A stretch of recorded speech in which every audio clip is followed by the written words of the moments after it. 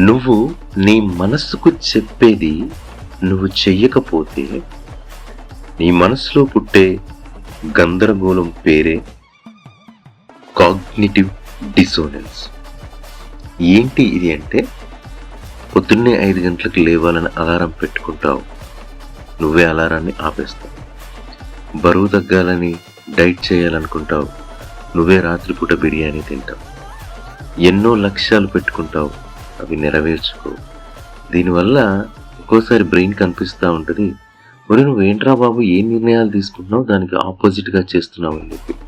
ఈ నిర్ణయానికి దానికి ఆపోజిట్గా జరిగే పరిస్థితుల మధ్య పుట్టే పరిణామమే కాగ్నిటివ్ డిసోనెన్స్.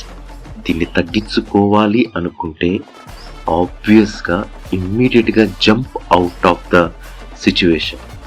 మీరు అలారం ఆఫ్ చేయకుండా 1 2 3 4 5 అని లెక్క పెట్టుకొని ఆ 5 సెకండ్స్లలో ఇమ్మీడియట్గా బెడ్ పై నుంచి లేచి వాకింగ్ చేయాలనుకుంటే ఇమ్మీడియట్గా 5 సెకండ్స్లలో 1 2 3 4 5 లెక్క పెట్టుకొని వాకింగ్ చేసేయండి.